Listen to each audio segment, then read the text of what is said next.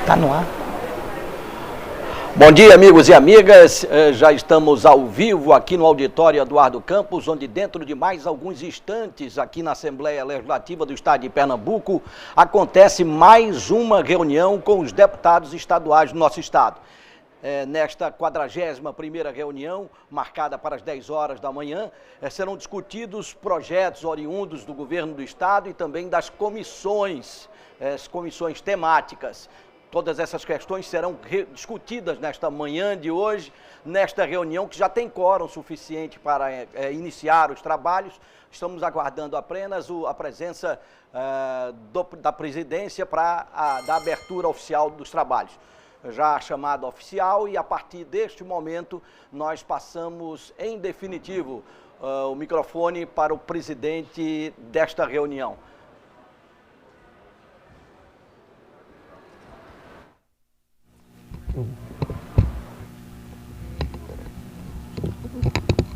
Havendo número regimental, declaro aberta a 41ª reunião ordinária plenária da terceira sessão legislativa ordinária da 19ª legislatura, em 17 de novembro de 2021. Convido os deputados Alessandra Vieira e Antônio Fernando para ocuparem respectivamente a primeira e segunda secretarias.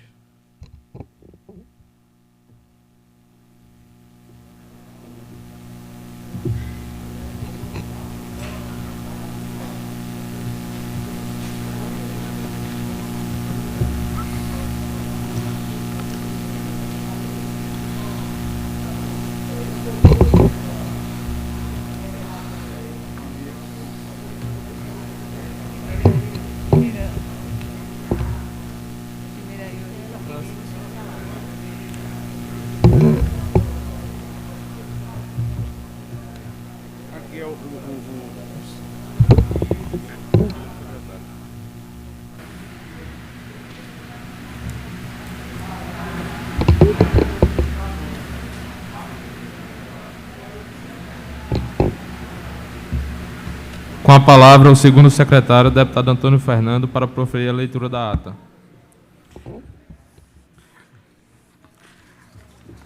Ata da 40ª reunião plenária da terceira sessão legislativa da 19ª legislatura, realizada em 16 de novembro de 2021. Presidência do deputado Heriberto Medeiros. O presidente abre a reunião e designa os deputados Antônio Fernando e Joel da Harpa para a primeira e segunda secretaria.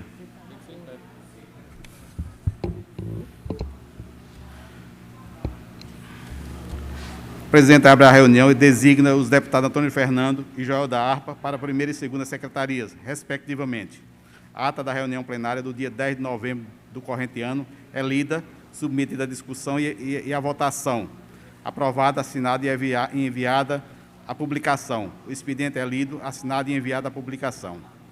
Discurso no pequeno expediente os deputados Zé Queiroz, Tereza Leitão, Diogo Moraes, delegada Gleide Ângelo e Anderson Florencio. Discurso no segundo expediente os deputados João Paulo, aparteado pela deputada Tereza Leitão, e pelos deputados Zé Queiroz, o deputado Eric Lessa, aparteado pelos deputados João Paulo. O deputado Antônio Moraes, aparteado pelos deputados Zé Queiroz e Henrique Queiroz, filho. O deputado Joel da Harpa e o deputado Alberto Feitosa, aparteado pela deputada Tereza Leitão. Na ordem do dia, são aprovados em segunda discussão o projeto de lei número 481 e o substitutivo número 01 ao projeto de lei ordinária 1167. São aprovados em primeira discussão o substitutivo número 1 ao projeto de lei ordinário número 2486. O substitutivo 1 ao projeto de lei ordinário 2455. O projeto de lei ordinário número 2475. O substitutivo número 01 ao projeto de lei ordinário 2488. E o substitutivo 01 ao projeto de lei ordinário 2491. Os projetos de lei ordinário número 2515, 2520, 2653, 2702, 2718 e 2723. São aprovados em discussão única. As indicações número 8.165 a 8.225 e os requerimentos números 3.500 586 a 3.607, todos de 2021. Discurso na comunicação de liderança dos deputados João Paulo e João Paulo Costa. O presidente tece considerações finais, encerra a presente reunião e convoca o seguinte, em caráter ordinário, para amanhã, às 10 horas, deste plenário. Esta é a ata, senhor presidente. Em discussão a ata, não havendo quem queira discutir, em votação, aqueles que forem favoráveis permaneçam como se encontram. Ata aprovada. Com a palavra, o primeiro secretário, a deputada Alessandra Vieira, para proceder à leitura do expediente. 40ª. Oi. Tá. 40ª. Oi. Pegando.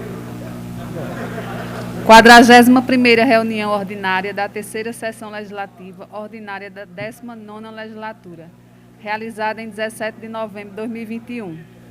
Mensagem número 106/2021, do excelentíssimo senhor governador do Estado de Pernambuco. Parecer número 7061, da Comissão de Constituição, Legislação e Justiça. Pareceres números 7062, 7064, 7065, 7068, 7071, 7072 e 7073, da Comissão de Constituição, Legislação e Justiça. Pareceres números 7063, 7067, 7069, 7070, 7074, 7075, 7076, 7077, 7078 e 7079, da Comissão de Constituição, Legislação e Justiça. Pareceres número 7066, da Comissão de Constituição, Legislação e Justiça.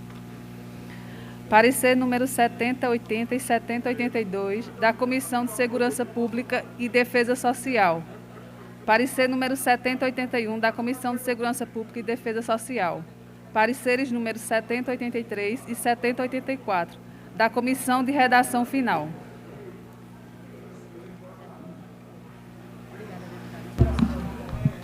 Dando início ao pequeno expediente, com a palavra a deputada Clarissa Tessio, do PSC.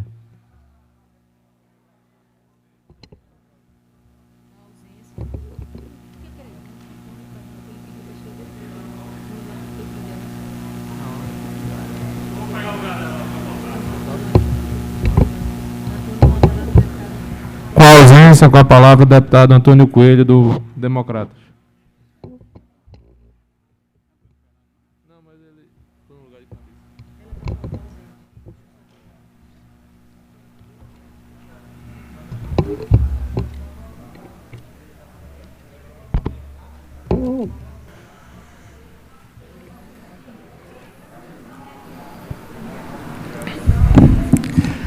Senhor presidente, primeiro secretário, segundo secretário, demais deputados, demais deputadas, eu subo na tribuna desta Assembleia para falar mais uma vez do exemplo da falta de compromisso público e total descaso da gestão Paulo Câmara com os interesses do povo pernambucano. Eu venho falar de uma prática não republicana da gestão do PSB, de impedir e bloquear investimentos do governo federal que poderiam melhorar a infraestrutura do nosso Estado e promover mais desenvolvimento. Talvez, senhor presidente, a prática mais, eu diria, o exemplo mais forte desta prática foi o que ocorreu em Araripina, com um episódio da construção da estrada de Lagoa do Barro. Um sonho muito antigo desta comunidade, de mais de 7 mil habitantes, que sonhava há mais de 30 anos com essa estrada e que foi uma promessa recorrente do governador Paulo Câmara, tendo prometido a execução em 2014, que acabou se provando uma mentira, prometeu mais uma vez em 2018, e com a não construção dessa estrada, se foi feita uma grande força-tarefa, uma grande união, um baixo-assinado da comunidade de toda a cidade de Araripina, e graças aos esforços do deputado federal Fernando Filho, junto ao governo federal, chegou-se a viabilizar 8,5 milhões de reais para se fazer essa construção, que teria sido uma verdadeira obra de engenharia, com drenagem, acostamento em toda a infraestrutura necessária para se fazer uma estrada digna. Após a Codevasf dar ordem de serviço para essa infraestrutura, para essa rodovia, a Procuradoria-Geral do Estado atuou o superintendente da Codevasf, Arivalta Cordeiro, o proibindo de construir essa estrada, porque o governo do Estado já havia licitado essa obra e que muito em breve iria iniciar os serviços, a construção. Pois bem, segue que o ocorrido do governo do Estado demora cerca de mais um ano para construir e faz uma obra de meros 2 milhões de reais. E o resultado a gente já sabe. Em menos de 60 dias de entrega da obra, que foi entregue há cerca de 60 dias, essa obra, uma obra sorrisal, uma obra, diria, gambiarra, já está se desfazendo e provocando acidentes e colocando a vida de todos que ali transitam em risco. E isso, senhor presidente, é como se fosse um receio do governo Paulo Câmara de ter um contraponto à sua gestão apagada e também vazia de conquistas. Isso ele usa como razões eleitorais esse bloqueio da execução de investimentos do governo federal. E outro grande exemplo dessa falta de visão do governo do Estado, nós temos também na recusa do governo Paulo Câmara de aceitar a renacionalização da BR-235, que liga o município de Petrolina a Casa Nova, na Bahia. O governo do Estado não tem condições nenhuma de manter essa rodovia, como é evidenciado pelas péssimas condições e pela capacidade do governo de fazer um mero tapa-buraco. E a gente lamenta muito isso também, porque ali é uma rodovia que tem todo o trânsito, todo o escoamento das produções agrícolas de Petrolina e região. E a gente vê, a exemplo da Bahia, como o governo federal conseguiu entregar mais de 77 quilômetros recapeados, totalmente revitalizados, da própria BR-235. Então, senhor presidente, cai por terra, mais uma vez, o discurso do PSB de que o governo federal persegue o Estado de Pernambuco. É o governo do PSB que persegue o povo pernambucano para se manter e perpetuar no poder. Graças a essa miopia política, graças à pecuinha política do PSB com o governo federal, o nosso Estado de Pernambuco parou no tempo. Temos aqui um governo do Estado que brigou com 3 administrações federais consecutivas. Brigou com a presidente Dilma, brigou com o presidente Temer e brigou com o presidente Bolsonaro. E isso ocorre ainda mais com esses governos federais querendo investir, isso é potencializado com a falta de espírito público do governo Paulo Câmara. Então, senhor presidente, nós concluímos com a nossa esperança renovada de que o povo pernambucano finalmente vai se libertar desse governo Copa do Mundo, desse governo que só começa a fazer evento de ordem de serviço, que não mais invoca a confiança do nosso povo, de 4 em 4 anos. O povo pernambucano já foi gentil demais com o PSB e, dessa vez, a sabedoria prevalecerá. Muito obrigado. Próximo orador inscrito com a palavra, o deputado Antônio Fernando, do PSC.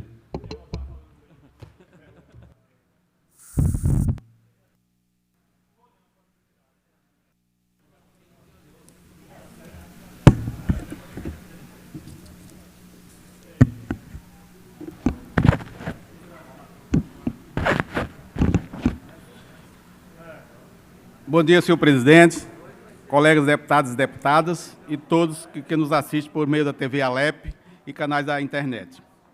Trato hoje sobre uma questão gravíssima na economia nacional, um problema que sangra os recursos da família pernambucana e brasileira.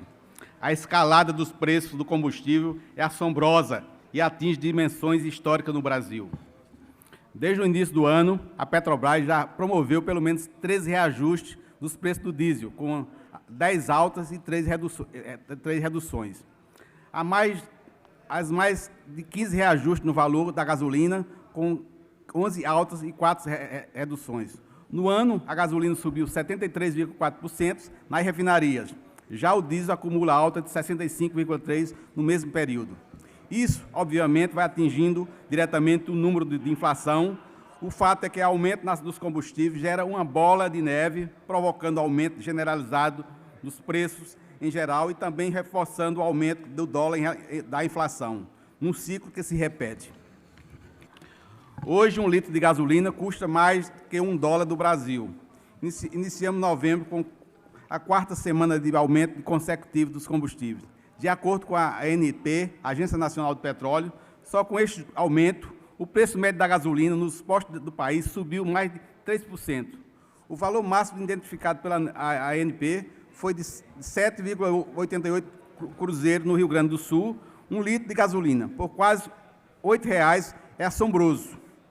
Pelos dados da ANP, o preço médio do litro de gasolina chega a R$ 6,65 no país. Mas em 3 estados, incluindo Pernambuco, já se encontra o litro da gasolina vendido a mais de R$ 7,00.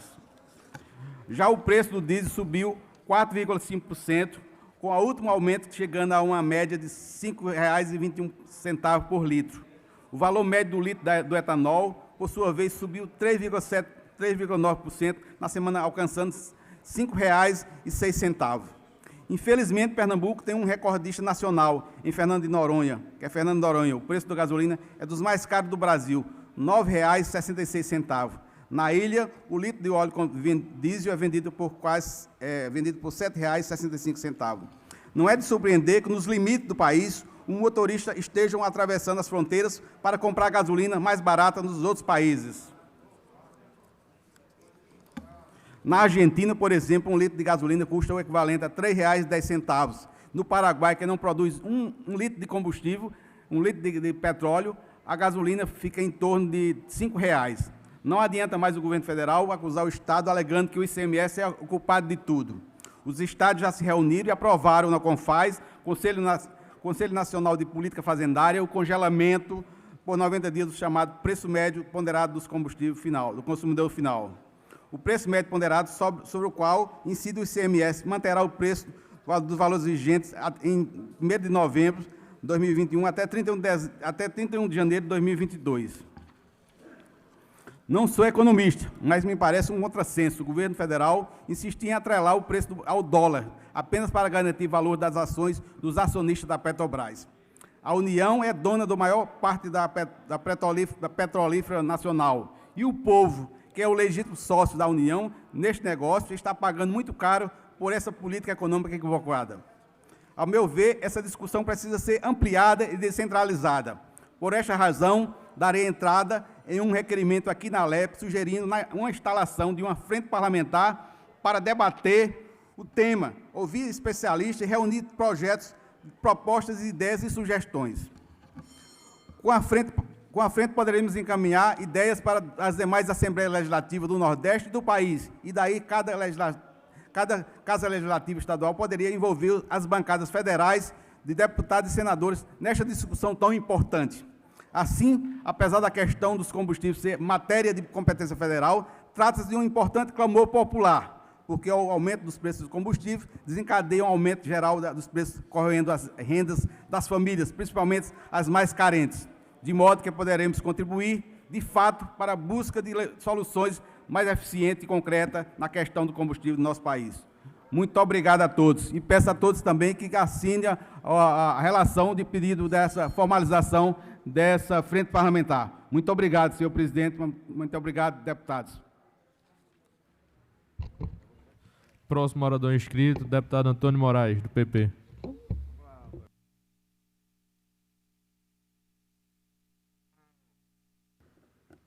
Senhor presidente, senhores deputados, senhoras deputadas, eu quero aqui falar um pouco sobre uma das maiores crises hídricas da região da Mata Norte de Pernambuco.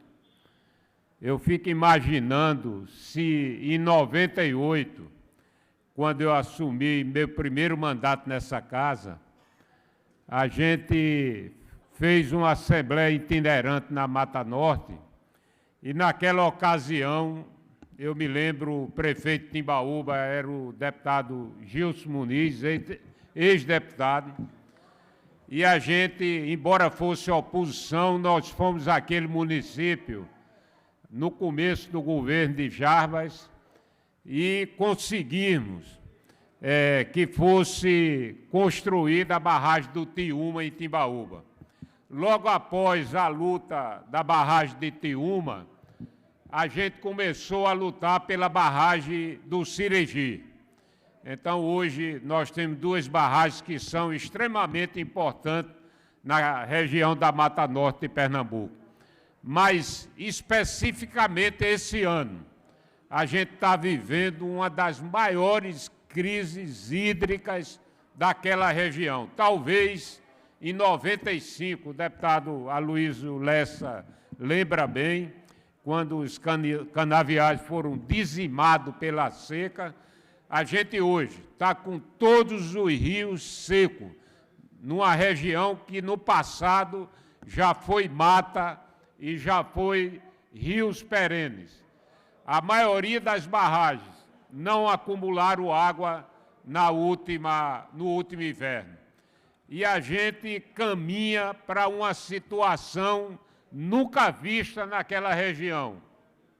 Se não chover, a gente vai ter, deputada Simone, que ser abastecido, talvez pela primeira vez com caminhão-pipa, numa região da mata do estado de Pernambuco.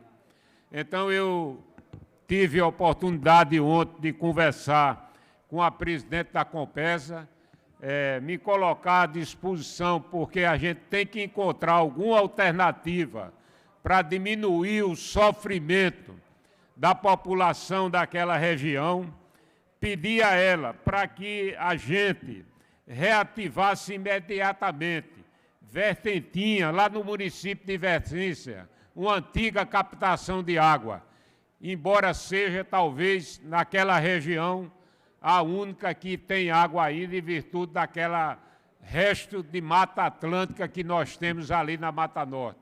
Então, reativar essa antiga estação de captação de água em Vicência é fundamental, pelo menos, no caso de Vicência, a gente diminuir o sofrimento daquela população. A doutora Eduardo Campos, que se não fosse ela, a gente já estaria no pipa há muito tempo. Ela, com as poucas chuvas, a barragem praticamente está com muito e acumulou muito pouca água. Então, a gente está hoje lá numa situação quase de calamidade pública. Então, eu chamo aqui a atenção para que a gente possa encontrar alternativas para diminuir esse sofrimento, principalmente das donas de casa que precisam ter essa coisa tão importante que é a água. Muito obrigado, senhor presidente. Próximo orador inscrito, com a palavra a deputada Simone Santana, do PSB.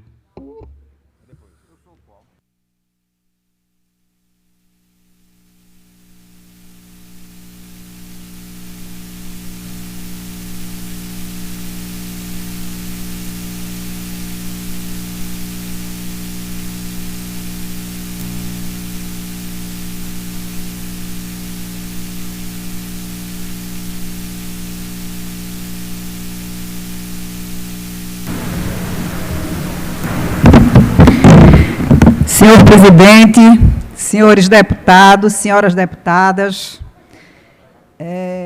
todos que nos assistem aqui, imprensa, TV Alep, eu queria fazer uma referência e parabenizar a casa, porque a partir deste retorno, nós estamos tendo transmissão das plenárias com intérprete de Libra.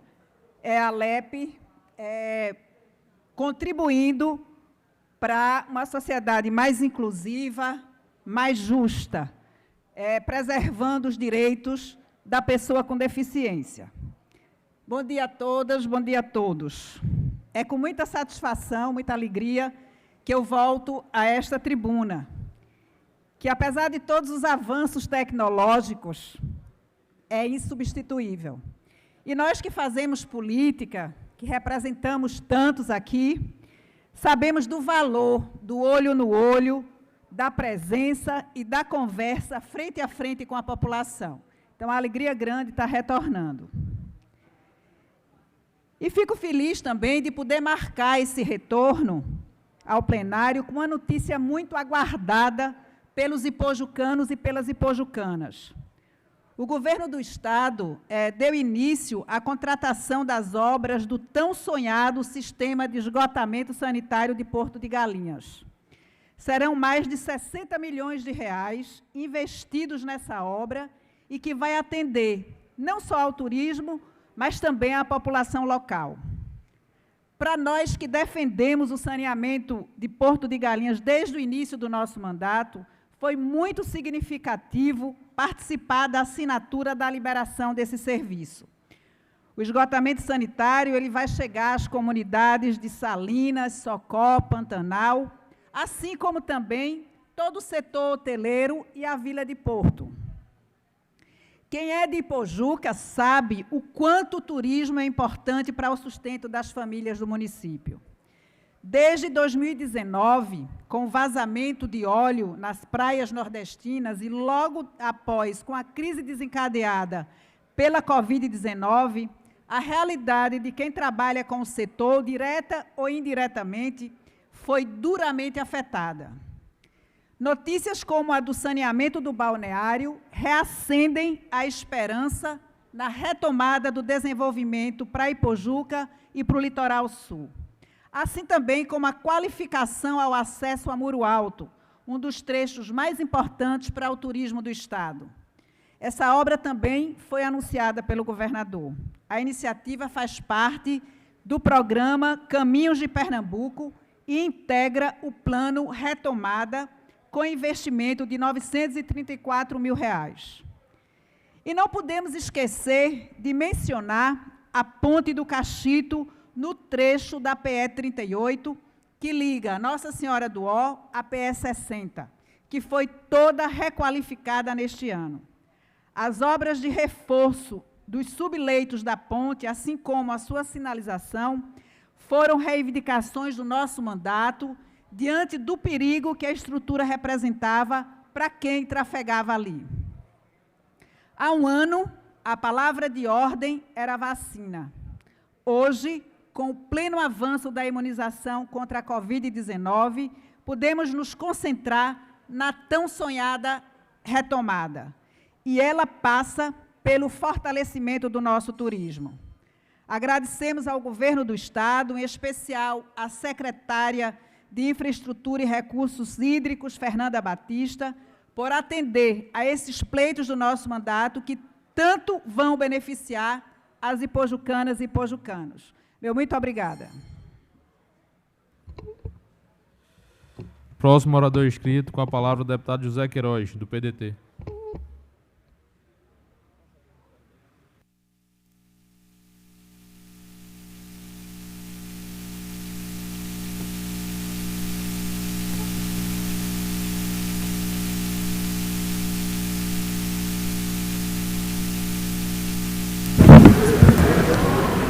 Senhor presidente, senhores deputados, nobres deputadas, ontem nós falávamos que hoje trataríamos de assunto do Agreste. E o assunto do Agreste é futebol. Mas para falar em futebol, eu que sou um apaixonado por futebol, começo falando da exibição da seleção brasileira. E os aficionados, aqueles que mais admiram a prática do futebol, devem ter visto o Brasil jogando contra a Argentina, lá na Argentina, e fazendo a melhor exibição das eliminatórias. Isso é promissor, porque lá estavam craques novos, se sobressaindo, e fazendo assim, abrindo uma perspectiva melhor para as disputas contra o futebol europeu. No futebol sul-americano, já sabe, o Brasil está comandando, mas contra o futebol europeu é preciso mudanças profundas, não apenas dos jogadores que já estão, mas dos novos que estão chegando, que ontem encheram os olhos e, se o jogo foi empate, poderiam ter vencido a partida com lances maravilhosos. Mas o que me traz hoje aqui é que, há algum tempo atrás, ainda este ano, eu discutia com o deputado Antônio Moraes e o deputado Aloysio Lessa a crise do futebol pernambucano e abordava as terríveis dificuldades do Esporte Náutico Santa Cruz. Não falo nem na equipe de Salgueiro, O Retrô é coisa nova, mas Esporte Náutico Santa Cruz enfrentando muitas dificuldades para a sobrevivência. Pois bem, em meio à crise, Caruaru está comemorando um surgimento de uma equipe que ascendeu à primeira divisão, o Caruaru City. Por isso, a gente vem a esta tribuna hoje apresentar assim um voto de estímulo, que foi muita coragem criar um time e lutar para a entrada na primeira divisão. Caruaru City, com a presidência de Evandro Marinho, treinador Tiago Marcolino, e ainda teve um destaque do seu artilheiro Candinho. Merece o reconhecimento pelo esforço, a coragem, acima de tudo, a coragem de, em meio à crise do futebol, buscar uma equipe para a primeira divisão. Parabéns a todos eles, fazemos votos que tenham êxito, que possam crescer em meio a terríveis dificuldades de futebol profissional, principalmente no futebol pernambucano. E como nós estamos fazendo aqui congratulações à ascendência à primeira divisão, a gente não pode deixar também de apresentar congratulações com a equipe do Ibis, que depois de 19 anos ascendeu mais uma vez à primeira divisão. Ele que sempre foi considerado o pior time do mundo. Pois bem, enquanto outros ficaram, lamentavelmente, esses dois times ascenderam à primeira divisão. Era só, senhor presidente. Obrigado, deputado Zé Queiroz. Cadê? Vou chamar ele,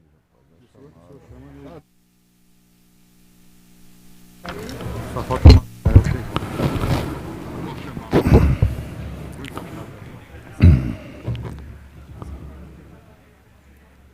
Senhoras e senhores deputados,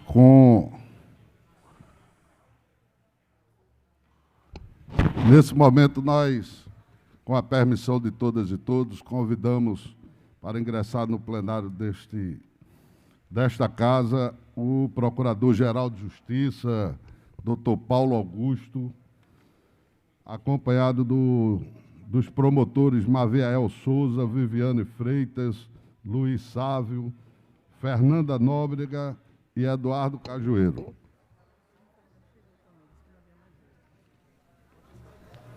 Eu chamei.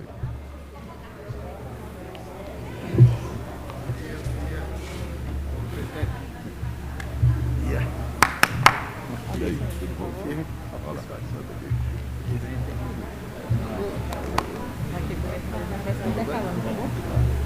Procurador-Geral. A senhora, por favor. Tudo bem. Viviane, nosso chefe de gabinete. Sabe, o Sávio está com a pressão alta, ficou ali embaixo. Eita! Vai estar vindo. O Sávio não está aguentando pressão, não.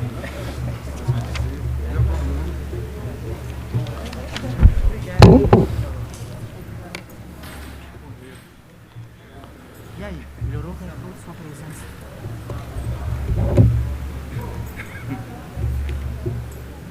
Fala que o senhor está aqui, chefe.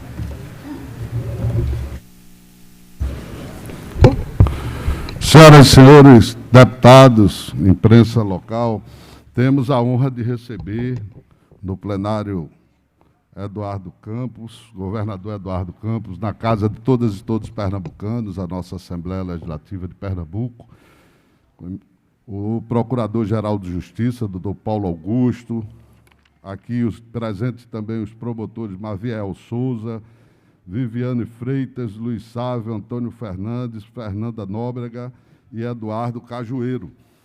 E o motivo da visita do Procurador-Geral de Justiça à nossa casa é de trazer às senhoras e senhores deputados o selo comemorativo dos 130 anos do Ministério Público de Pernambuco, mas também para que possamos aqui promulgar uma lei do Ministério Público de Pernambuco, enviada a esta casa e aprovada por todas as senhoras e senhores, mas também que pudéssemos assinar o termo de cooperação técnica da instalação do orelhão digital aqui nas dependências da Assembleia Legislativa de Pernambuco. Então, procurador, estamos aqui nas atividades presenciais, concluímos agora o pequeno expediente, ainda teremos o grande expediente, né, em seguida com a fala dos deputados e deputadas desta casa, a ordem do dia a ser votada, mas agradecemos desde já a presença de todos, esse momento feliz nesta casa de podermos dar mais uma vez uma demonstração de união e de parceria entre as instituições e com a quebra do protocolo aqui, já com autorização do plenário de todos os deputados e deputadas, conceda a palavra ao Procurador-Geral de Justiça, doutor Paulo Augusto.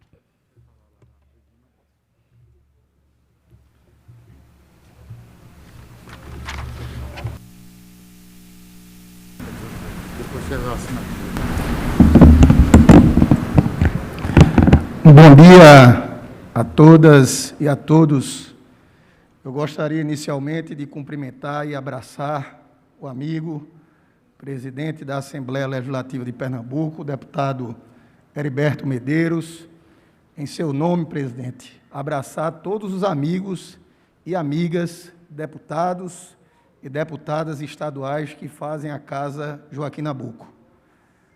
Cumprimentar os amigos, colegas de labuta e de gestão do Ministério Público de Pernambuco, doutor Maviael Silva, nosso secretário-geral, doutora Viviane, nossa chefe de gabinete, doutor Antônio Fernandes, assessor, doutora Fernanda Nóbrega, doutor Eduardo Cajueiro, doutor Luiz Sávio, minhas senhoras, meus senhores.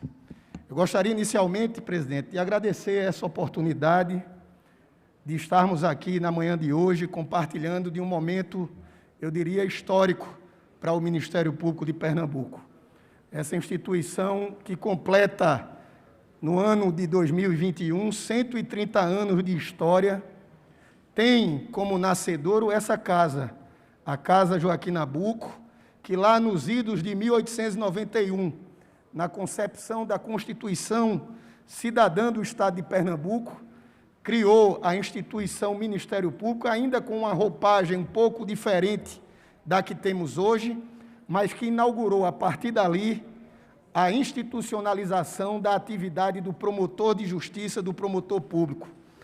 A função já existia, mas não existia a instituição Ministério Público, que foi concebida a partir da Carta de 1891. E, a partir daí, nós, no ano de 2021, enquanto Procurador-Geral de Justiça, intentamos, de uma forma muito simples, mas muito representativa, homenagear, com o selo dos 130 anos do Ministério Público, autoridades e instituições que, de um modo direto e indireto, contribuíram e contribuem para a formação dessa instituição que, junto com os senhores e com as senhoras, defendem os interesses do povo pernambucano.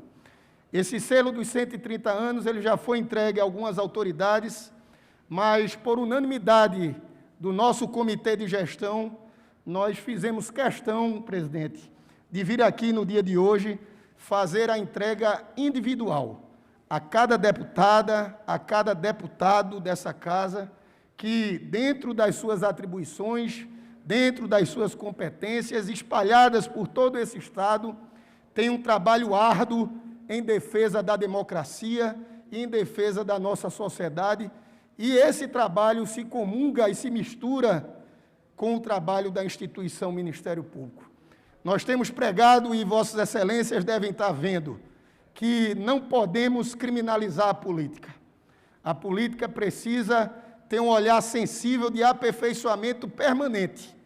E essa tem sido a palavra de ordem da nossa gestão para todos que compõem essa instituição. E por isso, por uma questão de justiça, nós precisamos homenagear todos os deputados, todos os parlamentares da Assembleia Legislativa de Pernambuco, da Casa Joaquim Nabuco. Então, gostaria, mais uma vez, de agradecer esse espaço, esse momento, e simbolicamente entregar aqui a placa, o selo comemorativo dos 130 anos ao presidente dessa casa e pedir aos meus colegas que façam a entrega individual a todos os deputados e deputadas. E tenho isso não apenas como homenagem, mas como um símbolo de parceria e de integração que o Estado de Pernambuco vive entre as instituições. O nosso muito obrigado e que Deus nos abençoe.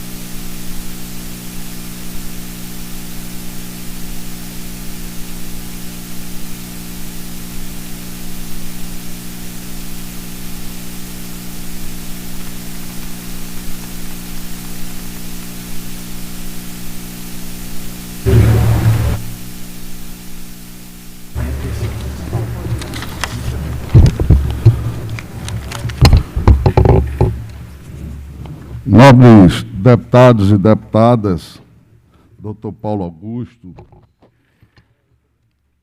nobres promotores aqui já citados, senhoras e senhores, é uma honra para nós que fazemos a Assembleia Legislativa receber o Ministério Público de Pernambuco no plenário da Casa Joaquim Nabuco, a casa de todas e todos pernambucanos. É uma alegria ainda maior poder receber essa distinta homenagem aos deputados e deputadas. É uma forma bonita e simbólica de registrar esta passagem, onde ficará marcado esse gesto, um grande gesto de união dessas duas instituições. Temos a oportunidade de juntos escrever mais uma página dentro das comemorações dos 130 anos dessa importante instituição. Instituição responsável pela consolidação da cidadania, pela defesa da justiça perante os tribunais e, principalmente, pela construção de uma sociedade mais livre e solidária. A Assembleia Legislativa tem um vínculo muito próximo com o Ministério Público, assim como o nosso procurador citou em sua fala. Pois foi com a promulgação da Constituição Estadual em 1891 que o Ministério Público de Pernambuco foi efetivamente criado. É no contexto do Brasil República que a figura do Ministério Público passa a fazer sentido, com o nascimento de uma instituição mais pautada pelos interesses do povo. Nas últimas décadas, o Ministério Público vem travando uma luta em busca de mais autonomia funcional, administrativa e financeira, além de ampliação do campo de atuação. Nesses propósitos, a ALEP busca ser sempre parceira do Ministério Público de Pernambuco, por entender que sem instituições fortes não somos capazes de prestar um bom serviço à sociedade. As famílias que se sentem injustiçadas e que encontram no Ministério Público a sua última instância de apoio, compreendem perfeitamente a importância do trabalho do promotor de justiça. Esse profissional é responsável por devolver a tranquilidade a pessoas de bem que precisam ter seu direito restaurado ou que a justiça seja feita. Essa instituição é que atua para que os mais necessitados tenham acesso a seus direitos fundamentais, como saúde, educação e moradia. É sem dúvida, doutor Paulo Augusto, um trabalho nobre que o Ministério Público de Pernambuco presta à sociedade e que jamais teria êxito sem a colaboração de todos os servidores dos técnicos, dos promotores e dos procuradores, atuando dentro de uma estrutura que necessita continuadamente de cuidados. Em nome do Procurador-Geral de Justiça, Dr. Paulo Augusto Oliveira, parabenizo a todos que se somam nesse propósito civilizador de ajudar a sociedade a evoluir. A Assembleia Legislativa, em nome dos 49 deputados e deputadas, tenho certeza, admira, respeita e trabalha para que o nosso Ministério Público de Pernambuco se fortaleça cada vez mais, podendo caminhar mais a mais no caminho da democracia e do bem-estar social.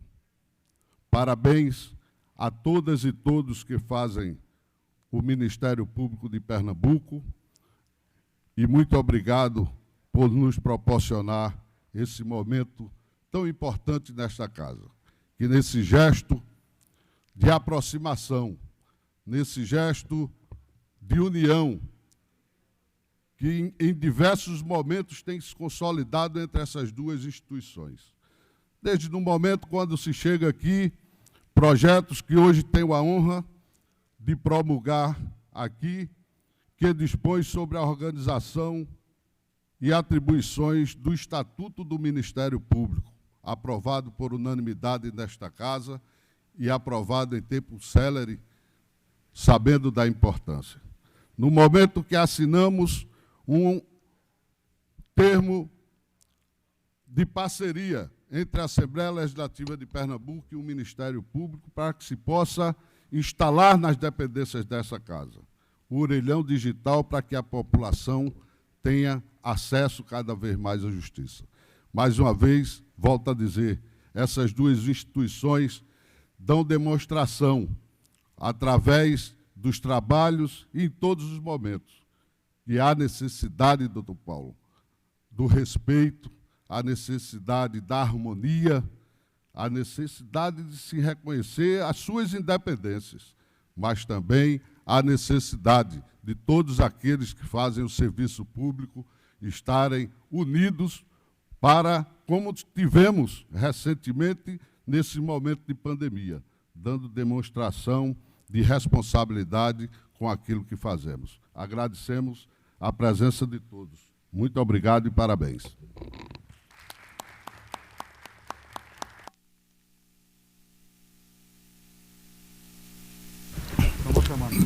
Nesse momento, o procurador, junto com os promotores, irão, mais próximos aos deputados, o cerimonial irá chamar um a um para que possa receber o selo comemorativo dos 130 anos do Ministério Público de Pernambuco.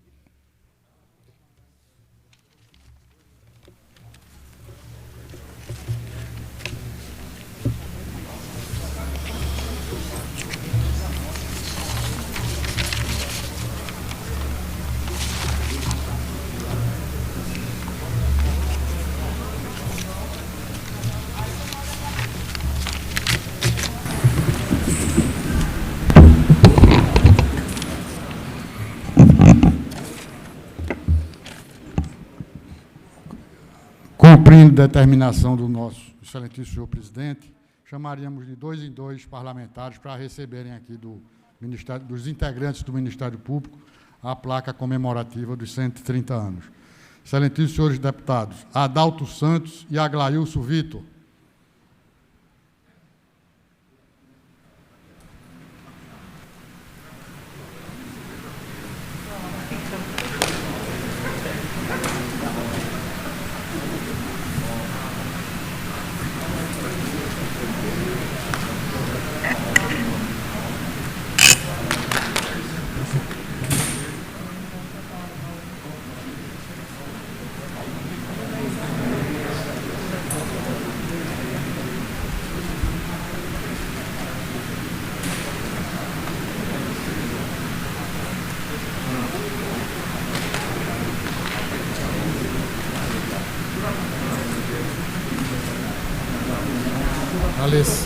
Alessandra Vieira, Álvaro Porto.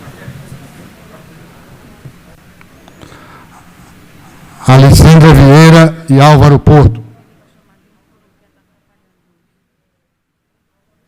É melhor ele estar dizendo.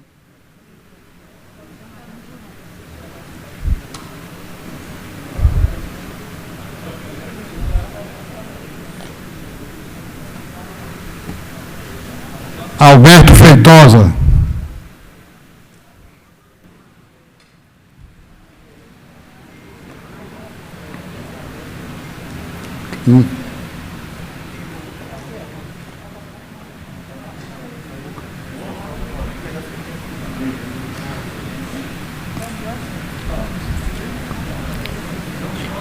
Antônio Coelho.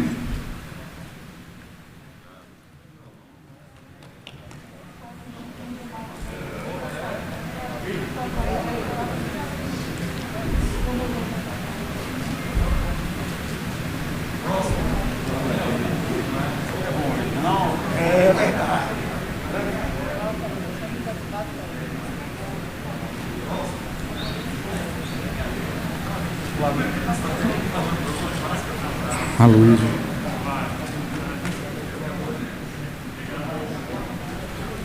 Antônio Fernando.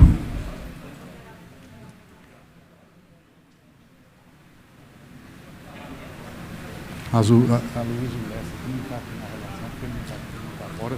Não está aqui, não. Hein? Não está. Aloysio Lessa.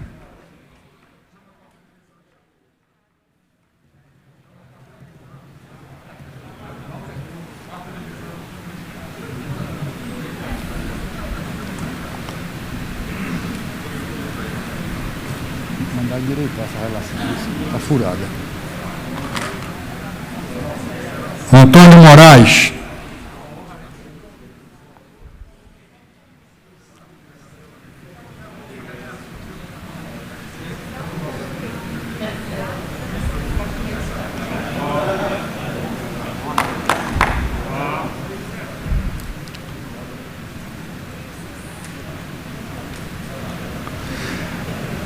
Clarissa Tércio.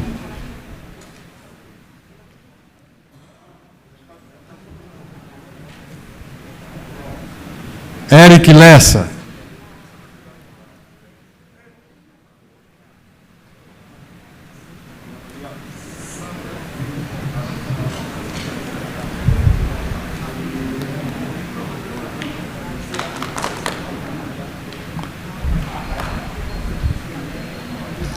Doriel Barros.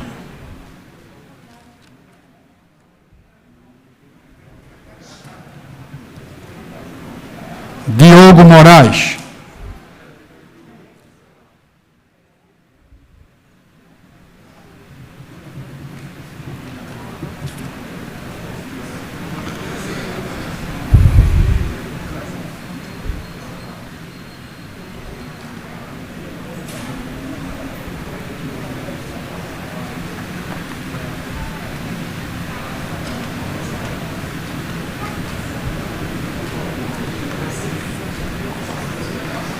Fabiola Cabral.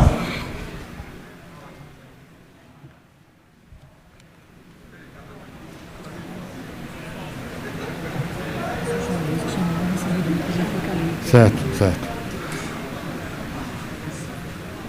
Fabrício Ferraz.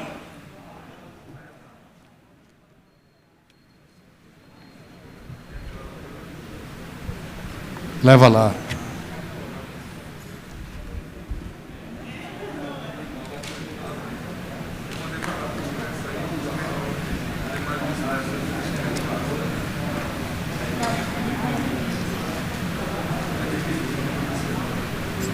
Gustavo Gouveia.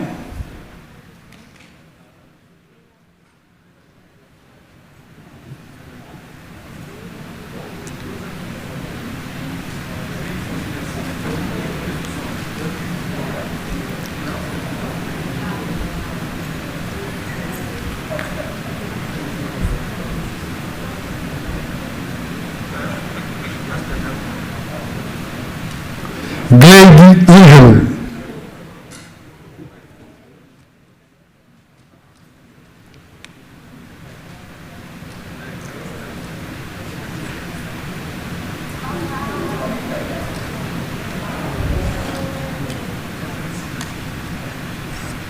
Henrique Filho.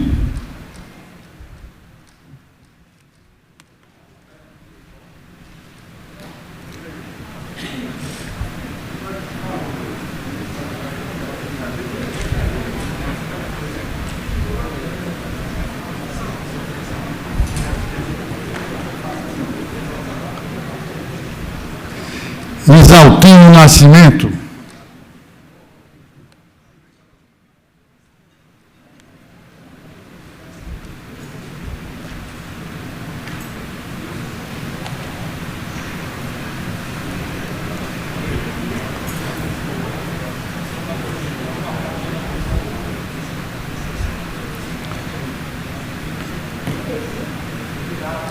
João Paulo.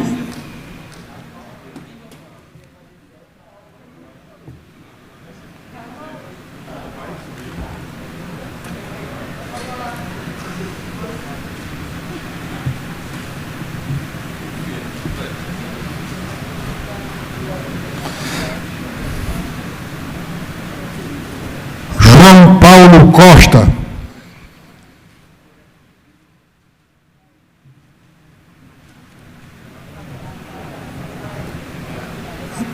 Joel da Harpa.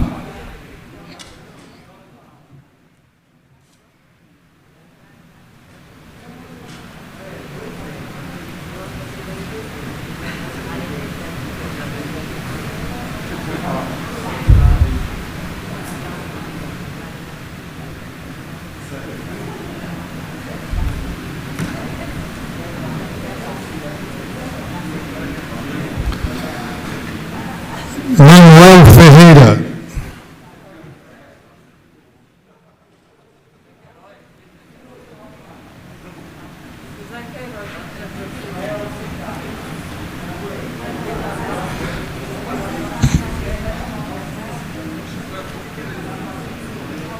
José Queiroz.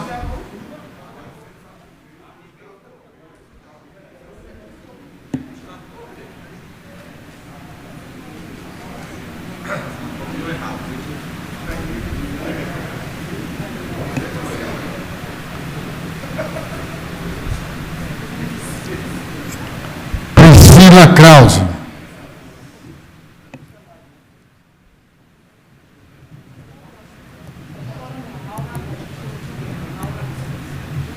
Não estava aqui. Sai.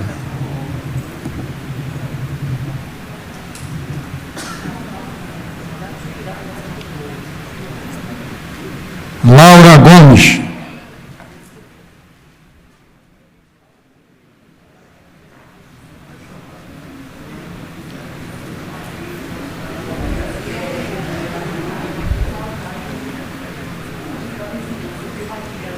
Professor Paulo Dutra.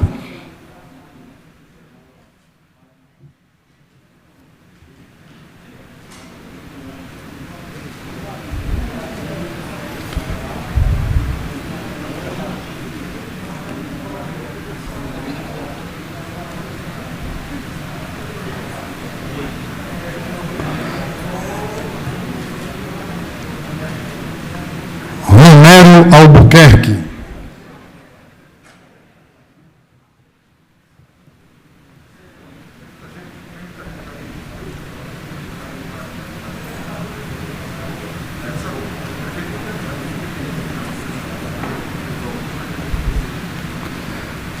Romero Salles.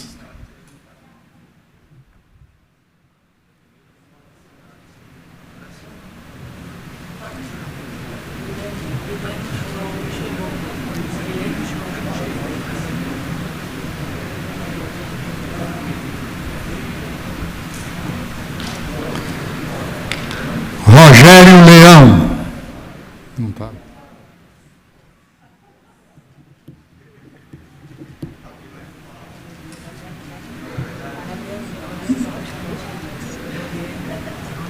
Guilherme Uchoa Júnior.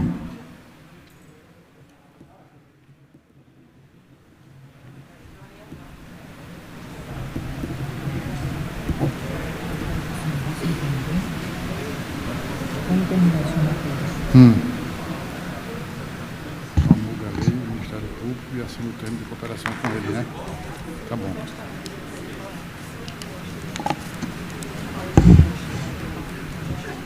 Tá bom. E os últimos você me lembra depois.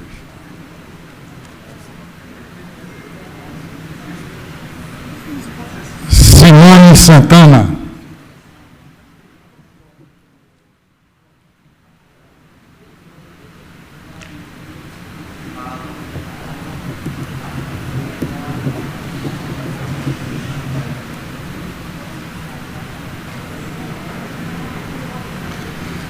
Tereza Leitão.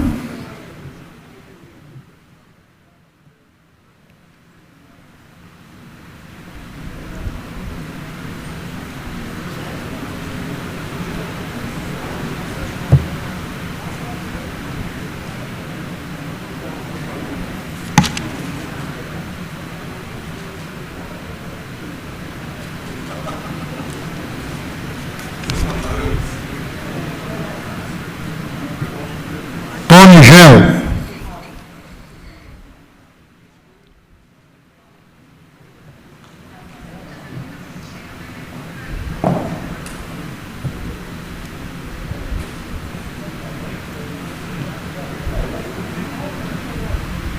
Doriel Barros.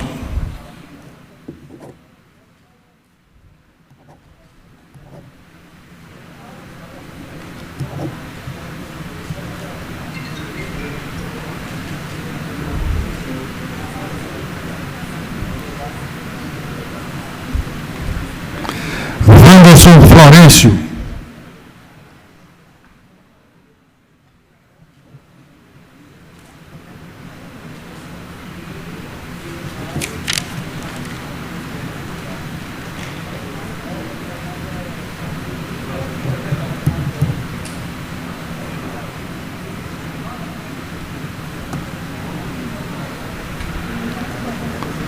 William Brígido.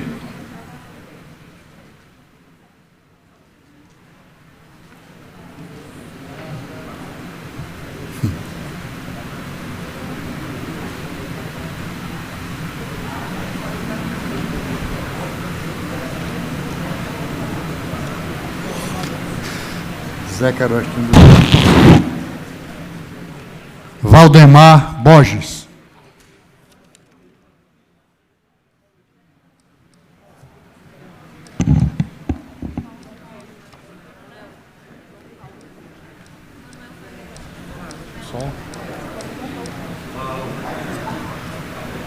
João Paulo Costa. Cadê ele?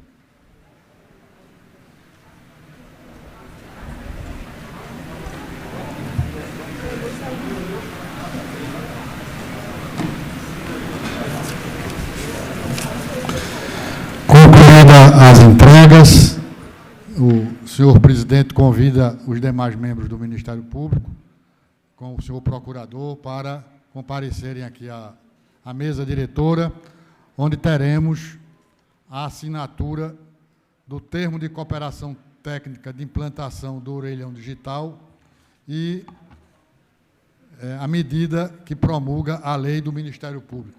Serão assinados agora aqui pelo senhor presidente Heriberto, com a presença dos membros do Ministério Público e do senhor Procurador-Geral de Justiça.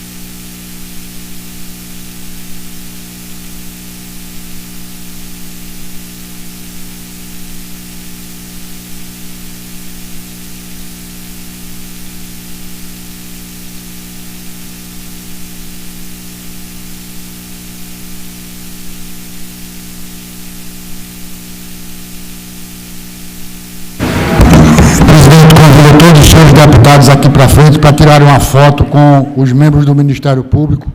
Vamos lá, vamos parar. Aqui na frente do...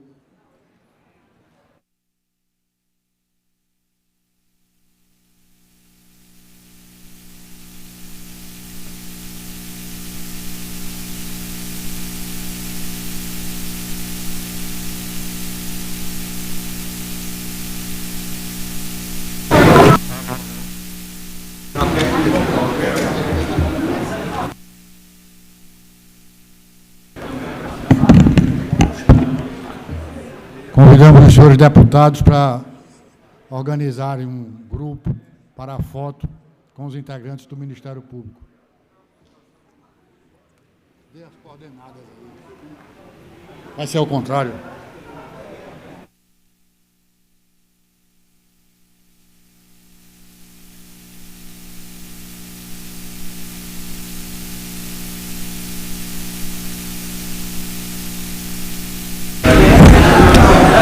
Aqui, ó, de frente para cá, de frente para cá, de frente para a mesa.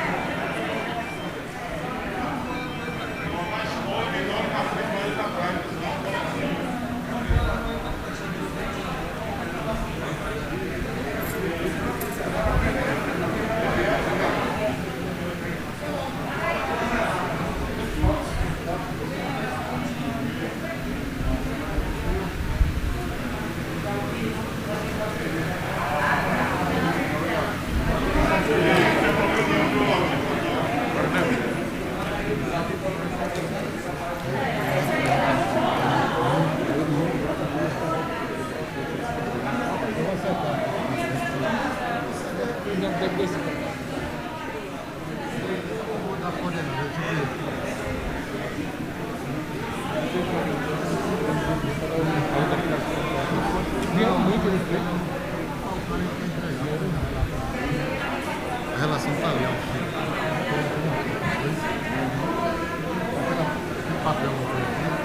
Eu entreguei para não entregar. Guarda a relação. Manda eles entregar aí. Manda ela vir para cá, cadê ela? Tira a foto aí. Tá com tempo. Sara, papel.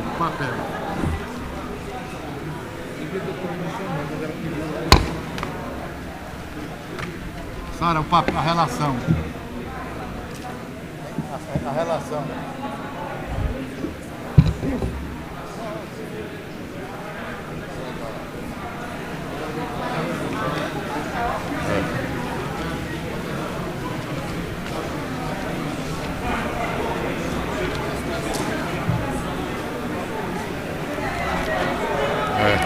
Você vê no negócio lá e...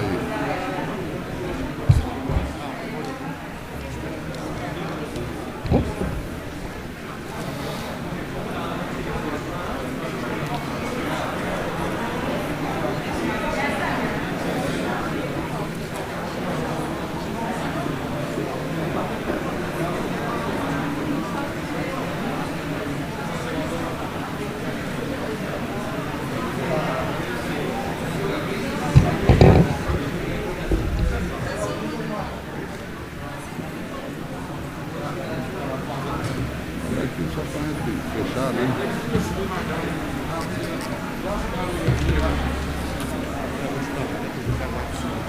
Deixa ele sentar aqui só para agradecer, finalmente. A chama aí, dele. Tá subindo. Vamos lá, gente.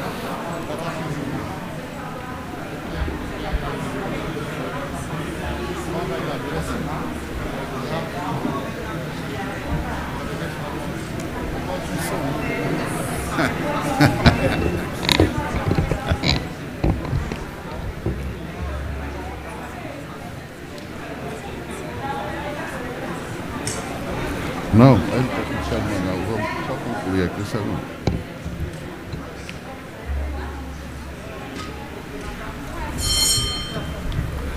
Senhoras e senhores deputados, agradecemos aqui a presença do nosso Procurador-Geral de Justiça, doutor Paulo Augusto, dos promotores Maviael Souza, Viviane Freitas, Luiz Sávio, Antônio Fernandes, Fernanda Nóbrega e Eduardo Cajueiro. Tenho certeza, senhor procurador, que isso é só mais um momento de tantas parcerias que a Assembleia Legislativa irá construir junto ao Ministério Público. Tenho certeza que essas duas instituições que têm o mesmo propósito de servir e servir bem a população pernambucana terá grandes momentos, né, de parcerias. Senhoras e senhores deputados, aproveitando a oportunidade, hoje estará sendo encaminhado ao gabinete de Vossas Excelências um comunicado que está sendo planejado para no dia 2, programado para no dia 2 de dezembro, tenhamos aqui na Casa de Joaquim Nabuco um seminário voltado aos vereadores e vereadoras do nosso Estado, com o tema A Importância do Legislativo na Vida das Pessoas. Teremos como palestrante, dando seu testemunho dessa importância, o governador do Estado, o governador Paulo Câmara, nosso Procurador-Geral de Justiça, doutor Paulo Augusto, o presidente do Tribunal de Justiça, doutor Fernando Cerqueira, o Defensor Público Geral, doutor Fabrício, e o presidente do Tribunal de Contas do Estado, doutor Disseu. Será um seminário a partir das 15 horas, no plenário. Em seguida, nós iremos para a inauguração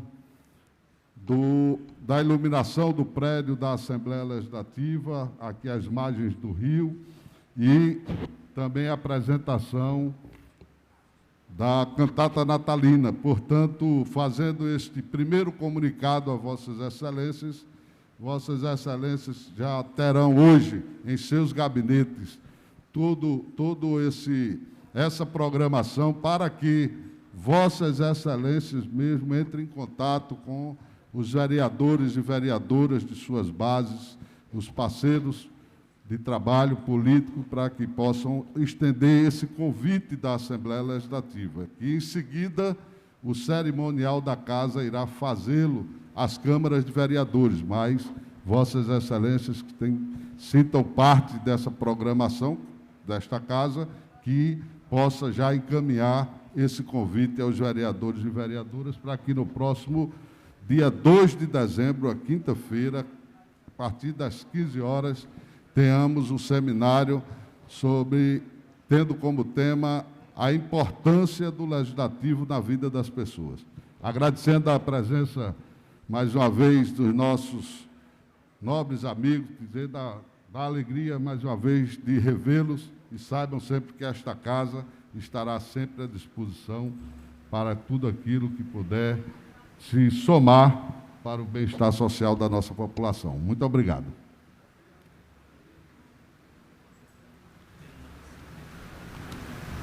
Deputado Rogério Leão não recebeu. Por gentileza, procurador, pode vir aqui, Rogério, recebe aqui em cima. Recebe aqui. Vai ser aqui em cima. Já veio.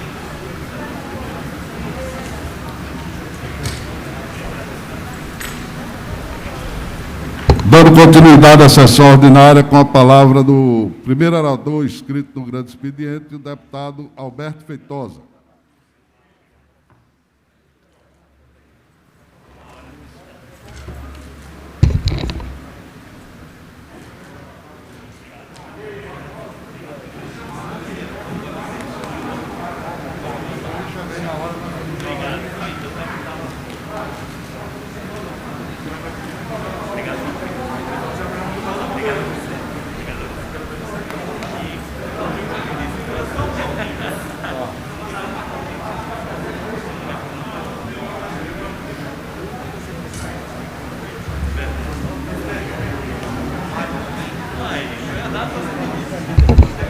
Nosso decano, deputado Romário Dias.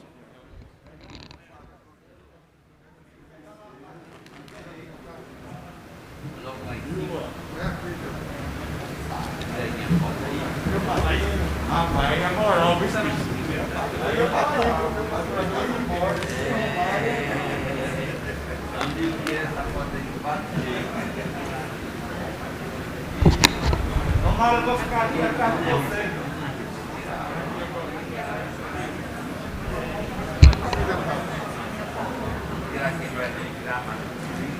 Contra a lei. E o negócio dele nem ninguém sabe que está agarrado.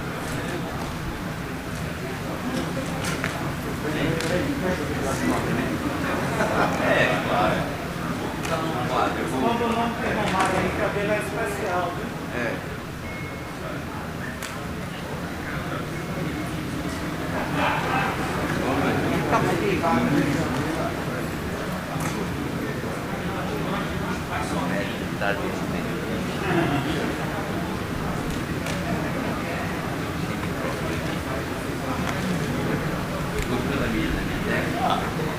É só você fazer isso, não tem outra coisa.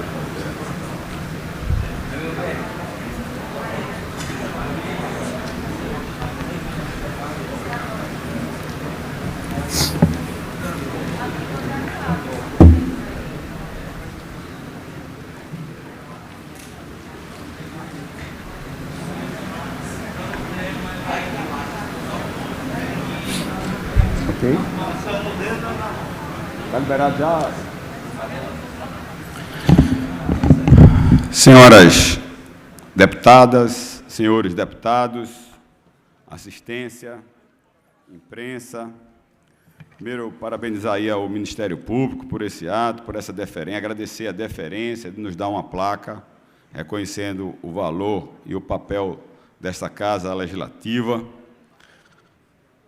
já reconhecendo, deputada Tereza, que eles fizeram uma homenagem especial à mais votada. Perceba que a capa é da cor do cabelo da mais votada aqui dessa legislatura, Gleide Ângelo, capa vermelha.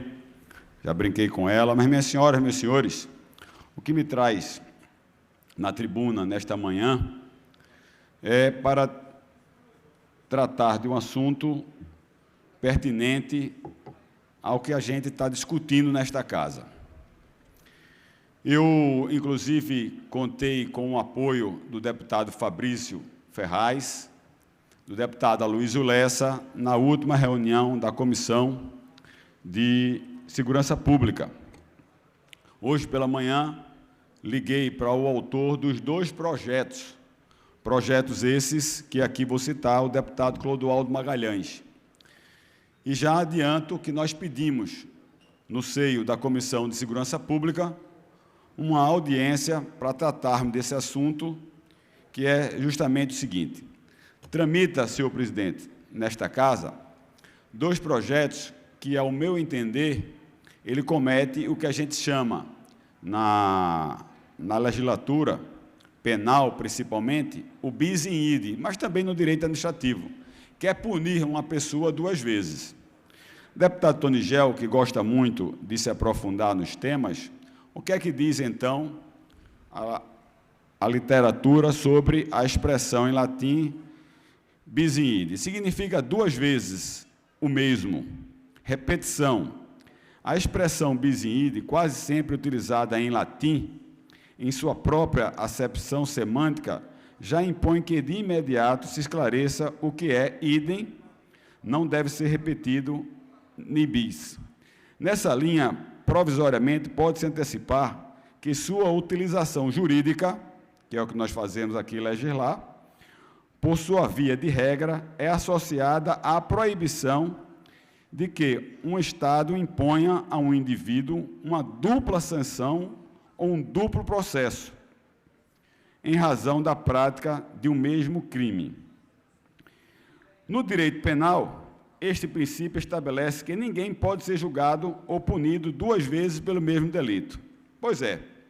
E o que é que nós estamos aqui nesta casa? Estranhamente, me passou desapercebido, lamentavelmente o presidente da Comissão de Justiça não está mais aqui, mas estão aqui alguns membros, como o deputado Tony Gel, o deputado Zaltino Nascimento, o deputado João Paulo Lima, deputado Eric Lessa, tem 2 projetos. Um diz o seguinte, que uma pessoa, um cidadão que cometer o crime de homofobia, transfobia ou racismo, aí faça um parênteses. O Congresso Nacional nunca legislou sobre crime de transfobia nem de homofobia. O Supremo Tribunal Federal, deputada Clarissa Tesse, foi quem decidiu que quem praticasse a homofobia e a transfobia seria punido da mesma forma que o crime de racismo. Dito isso, o que é que traz o projeto que tramitou aqui na Casa e que teve aprovação na nossa Comissão de Constituição, Legislação e Justiça?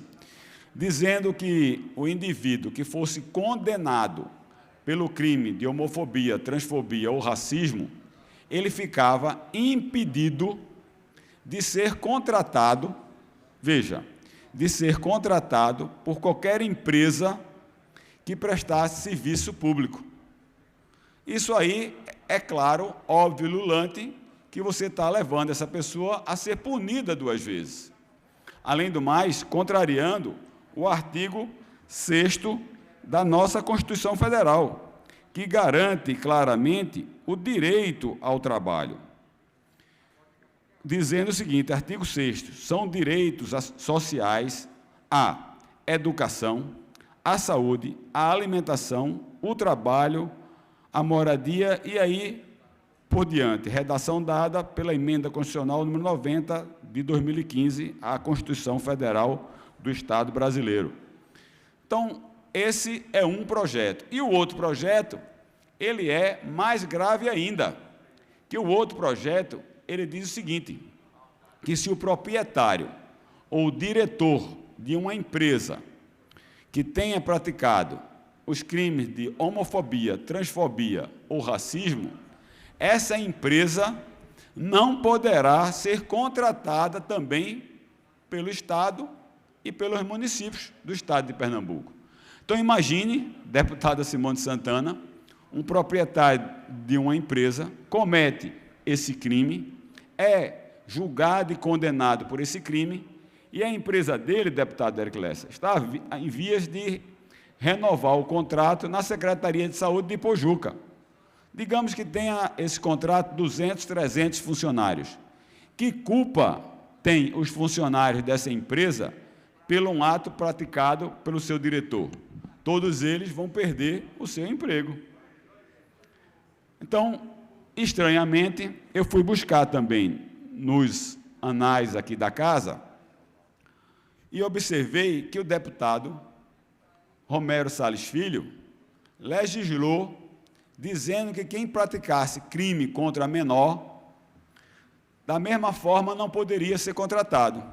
E aí, pasmem, deputados membros da Comissão de Constituição, Legislação e Justiça, deputado Tony Gel, deputado Zaltino, deputado João Paulo, o projeto foi considerado inconstitucional.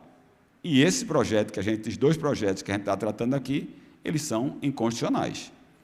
Portanto, senhor presidente, eu vou fazer um requerimento pedindo à presidência dessa Casa que a gente possa retornar esse projeto para a Comissão de Constituição e Justiça, para a gente ir lá voltar a debatê-lo. Por quê?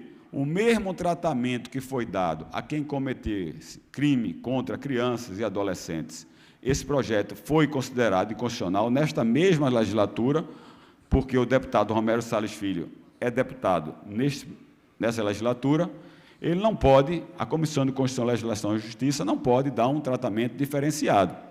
Me parece aí a prática, e a gente tem que ter muito cuidado para isso, conversei com o autor do projeto, mas tem que ter cuidado para a gente não ficar, deputada Clarissa Tesse, já vou conceder a parte de Vossa Excelência, como aquela prática de ideologia, de gênero, que essas coisas têm para mim e para a deputada a vereadora Jessicão de Florianópolis, que eu fiz uma live com ela segunda-feira, só tem dificultado ainda mais a vida das pessoas que livremente fizeram as suas opções sexuais. Mas concedo a parte de Vossa Excelência. Obrigada, deputado Alberto Feitosa.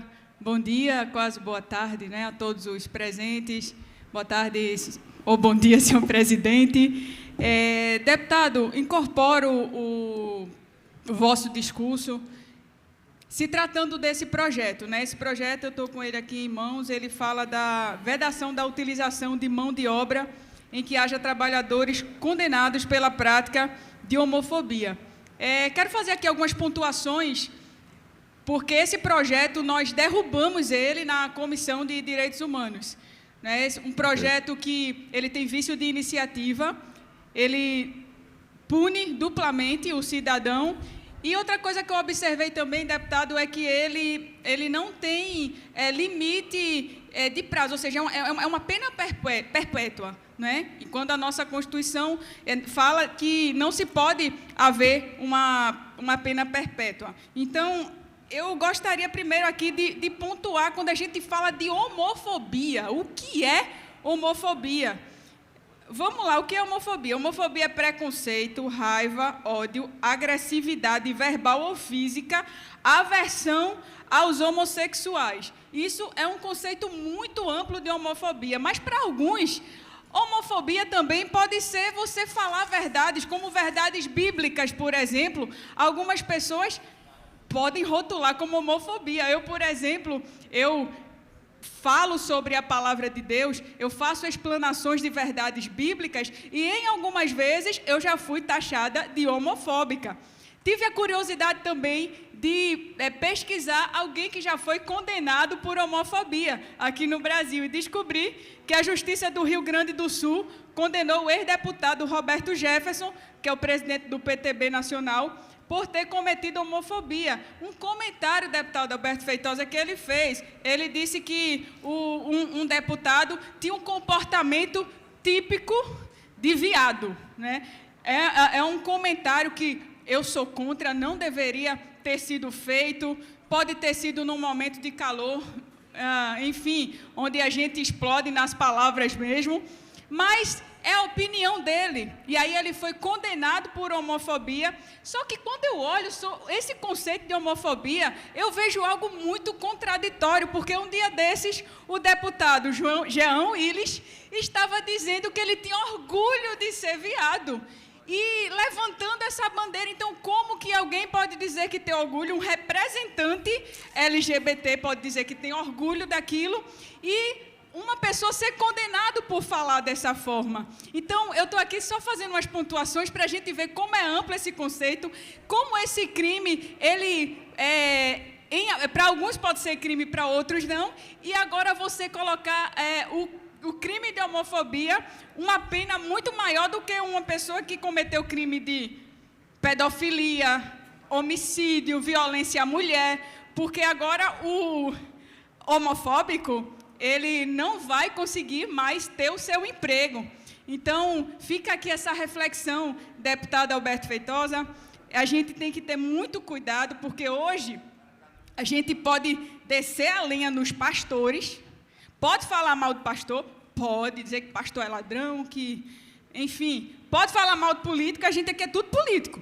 Todo dia a gente leva lapada nas redes sociais, onde quer que seja, o pessoal fala da gente, não tem problema, pode chamar de tudo que não presta. Agora, quando a gente coloca a nossa opinião se tratando de uma pessoa que tem uma opção sexual diferenciada, é crime de homofobia, é condenação, e agora essa novidade, não conseguir ter o seu emprego, proibir um cidadão de trabalhar. Então, só pontuando aqui, que esse projeto também ele ofende um direito que é assegurado no artigo 5º da Constituição, que é livre o exercício de qualquer trabalho, ofício ou profissão, e também que a Constituição Federal proíbe a pena perpétua. Então, é um projeto que, ao meu ver, eu não entendo como se passou na Comissão de Constituição e Justiça, chegou nas comissões, mas conseguimos derrubar por encontrar ali essas dificuldades, por ele ter esse vício de iniciativa, por a pena ser perpétua, e também por ele punir duplamente o cidadão. É isso que eu tenho a pontuar, deputado. Parabéns pelo discurso de Vossa Excelência. Muito obrigado pela parte. Deputada Clarissa Tesse, incorporo totalmente a parte de Vossa Excelência. uma parte muito bem construído. Vossa Excelência foi brilhante. Vou, inclusive, acrescer aos termos do ofício que vou dirigir ao presidente da Casa, esses dois aspectos que a senhora aqui abordou, né? Primeiro, a questão de crimes mais graves, como homicídio, latrocínio, violência à mulher, não está aí sendo também aplicado a perpetuação, e aí é o segundo ponto, da pena. Porque pelo que está colocado aqui, deputado Herculesse, nunca mais essa pessoa, tá certo, poderá trabalhar em qualquer empresa que preste serviço público. E se ele for dono de uma empresa, ele vai quebrar a empresa dele, que nunca mais ele vai poder também ser contratado por qualquer atividade pública. Então, a gente tem que ter muito cuidado quando estiver fazendo esse tipo de discussão nas comissões. E um outro caso, deputada, se ele fica sem trabalho, isso vai transferir até para os seus entes, que ele tem responsabilidade constitucional também de zelar, cuidar e prover os meios. Então, isso vai à época de Tiradentes, que até a 5ª geração dele sofreu ali punições por parte da coroa. Então, veja a que ponto nós estamos chegando. E se assim for, nessa velocidade desse raciocínio, daqui a pouco, eu sei que Tereza não vai gostar do que eu vou dizer, mas daqui a pouco o TSE pode, inclusive, suspender candidaturas que tenham praticado o crime de homofobia. E ficou claro que Lula praticou homofobia quando ele fez aquela citação dizendo que Pelotas era uma cidade que exportava viado para o Brasil. Então, é preciso a gente ter muito cuidado naquilo que a gente aqui está legislando e votando. Portanto, deputada Clarissa Técio, minhas colegas deputadas, meus colegas deputados, senhor presidente já aqui tratado, eu vou, então, fazer este ofício. Inclusive, quero aqui citar o que eu ouvi da vereadora Jéssica, conhecida como a vereadora Jessicão, como eu já disse numa live na última segunda-feira. Ela disse, olha, tem certas coisas que atrapalham a minha vida. Eu sou homossexual, sou lésbica assumida, mas, por exemplo, um dia desse me opus a comparecer e me opus, inclusive, a participar de um ato no shopping em Florianópolis, onde promovia 1 hora de beijo gay.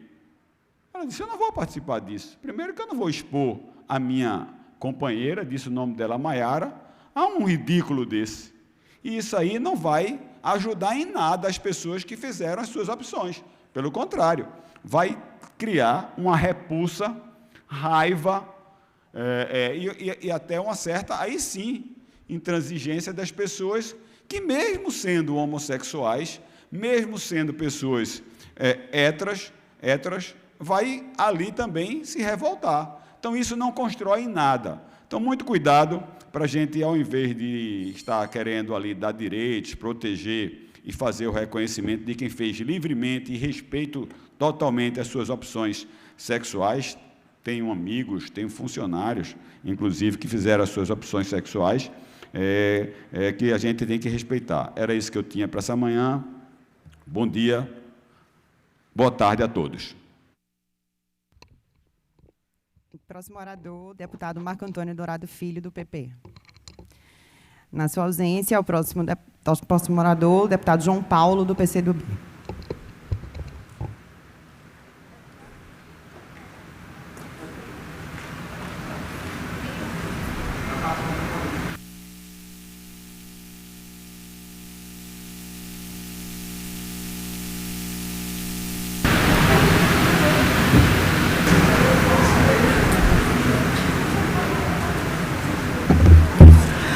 Senhoras deputadas, senhores deputados, todos que nos acompanham pela TV LEP, pelo YouTube, e agora a alegria de ter uma mulher presidindo os trabalhos, a deputada Fabiola aí, né? Nossa querida deputada Fabiola. E hoje eu venho a essa tribuna tratar de um tema que eu acho que é fruto dos nossos embates aqui, nobre deputada Tereza Leitão, nobre deputada Simone, que é o meu pronunciamento hoje, ele vai tem o tema de que o socialismo é uma doutrina triunfante. O socialismo, o nobre deputada Clarissa Técio, que estava conversando há pouco ali com Vossa Excelência, o socialismo é uma doutrina triunfante.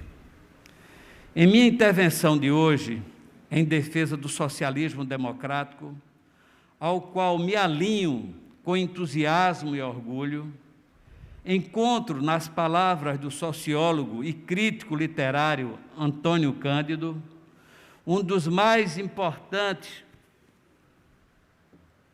pensadores brasileiros de todos os tempos, um auxílio sensível e inteligente para a defesa do ideal e das conquistas reais do socialismo. Quero retomar aqui elementos da interpretação sagaz da realidade histórica feita por Cândido numa entrevista de 2011, porque, a meu ver, ela não cede em seu pensamento às facilidades grosseiras e falsas da ideologia que está no poder hoje, fingindo combater o comunismo e o socialismo, quando, na verdade, apenas usam esse discurso para tentar esconder a incompetência administrativa e política por trás desse véu ideológico. Antônio Cândido, em seu pensamento radicalmente democrata, já percebia a jogatina dos mal-intencionados capitalismo. Aqueles que tentam fazer passar para a sua classe,